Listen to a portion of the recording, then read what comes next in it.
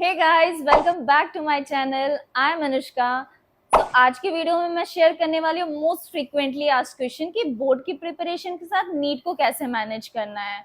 तो इसके लिए आज मैं अपने भाई को बुलाना चाहूंगी, जिसने अपना जेई फर्स्ट अटेम्प्ट में ही क्लियर किया था और मैंने अपना नीट ड्रॉप ईयर में क्लियर किया था। तो I will share that also कि मैंने कौन कौन से मिस्टेक किया जिसकी वजह से मुझे एक ड्रॉप ईयर लगा, जो आपको नहीं करना है। So let's welcome him and dive into the video.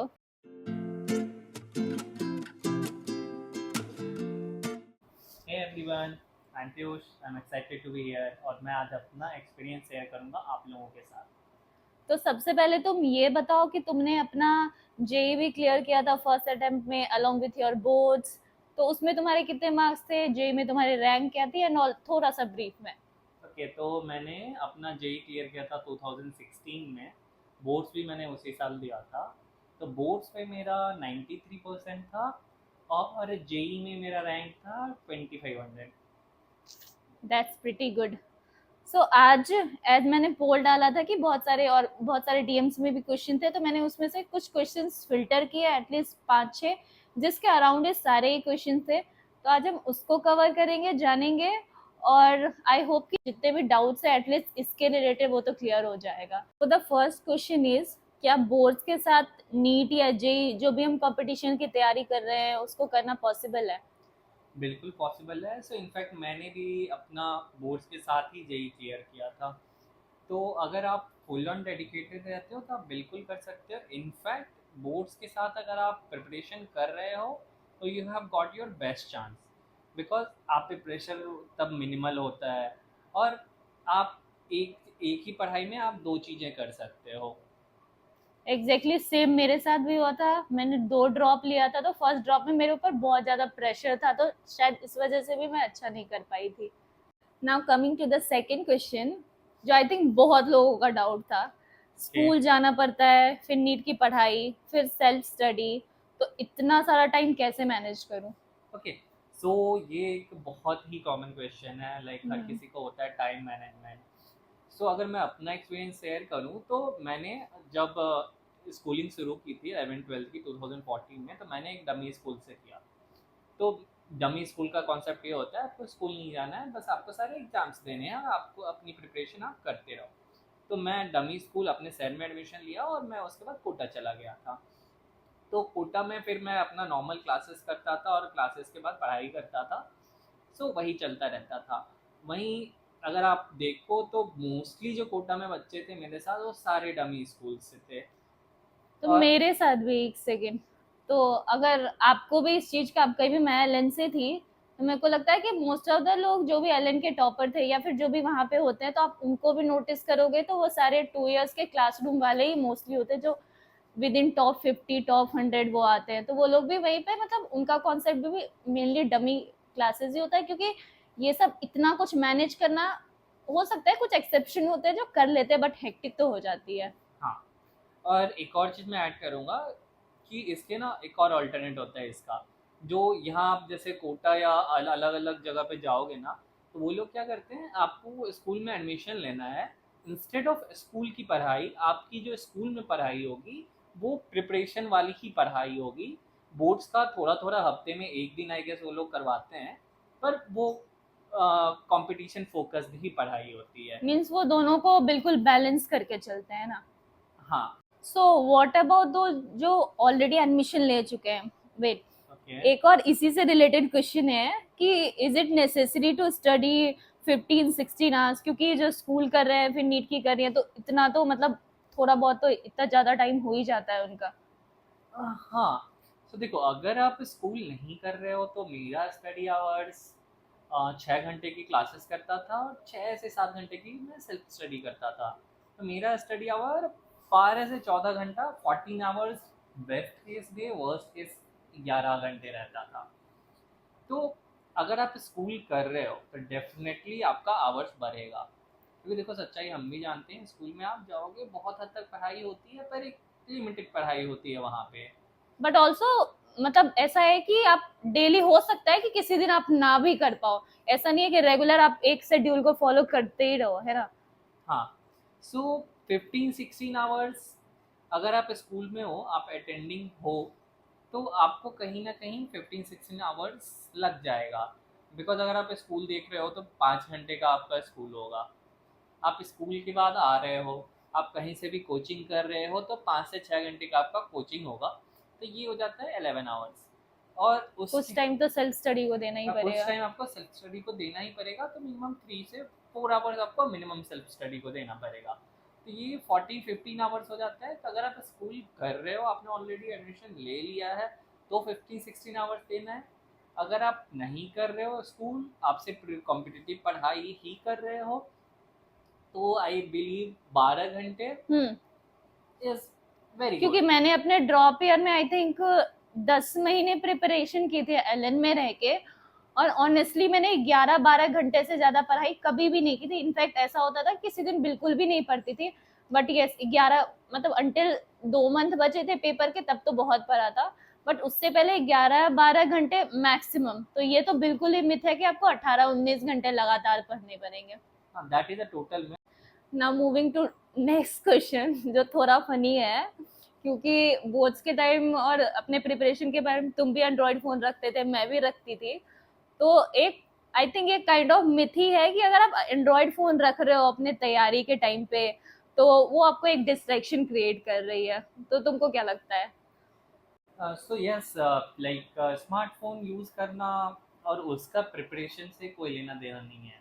In fact if अगर आप अच्छे से स्मार्टफोन को यूज़ कर रहे हो, तो that smartphone is a blessing for you.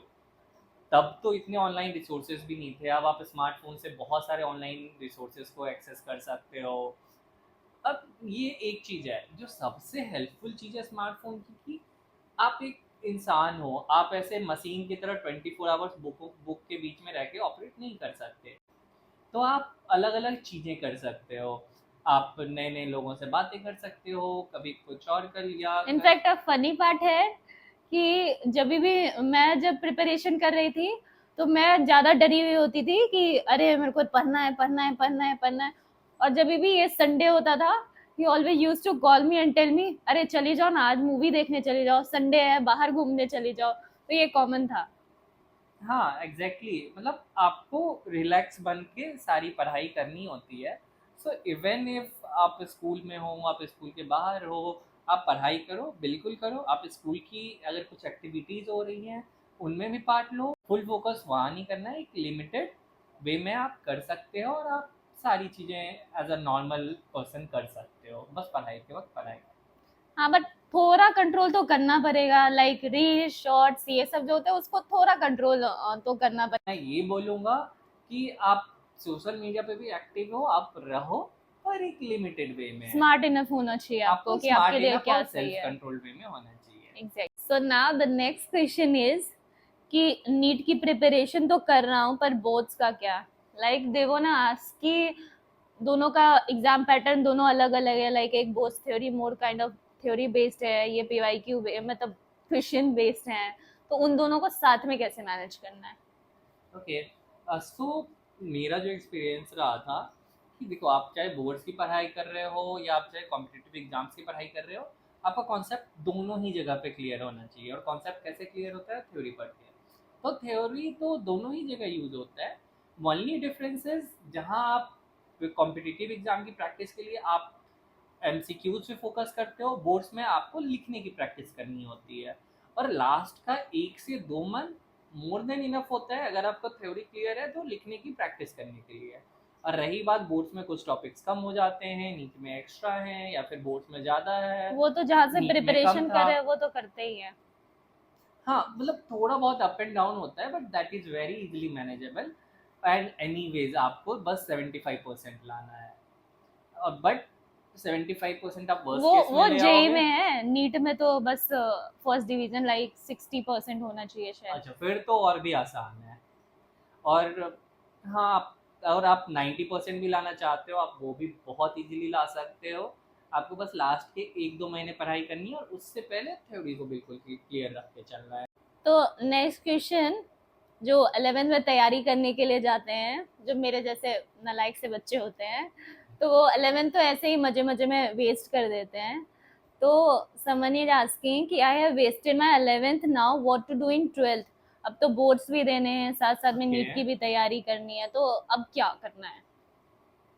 So that is case with many people. So बहुत लोग ये गलती करते हैं, 11th में वेस्ट कर दिया, 12th में उन्हें लगता है कि अब तो 11th में वेस्ट कर दिया, अब क्या ही कर सकते हैं, कुछ नहीं कर सकते हैं। मैं बोलूँगा यस, थोड़ा सच्चाई यही है कि थोड़ा सा मुश्किल होगा, पर रियलिटी नथिंग चेक। इज, हाँ, रियलिटी चेक है कि मुश्किल है पर नामुमकिन नहीं है। सो स्टिल आप कर सकते हो, आप अपना पूरा बेस्ट दो। और आप एक चीज़ मान के चलो, इस साल अगर मेरे बहुत अच्छी रैंक नहीं भी आई, तो अगर मैं अगली बार जब ड्रॉप ले रहा हूँ या ले रही हूँ, तो आई विल स्टार्ट फ्रॉम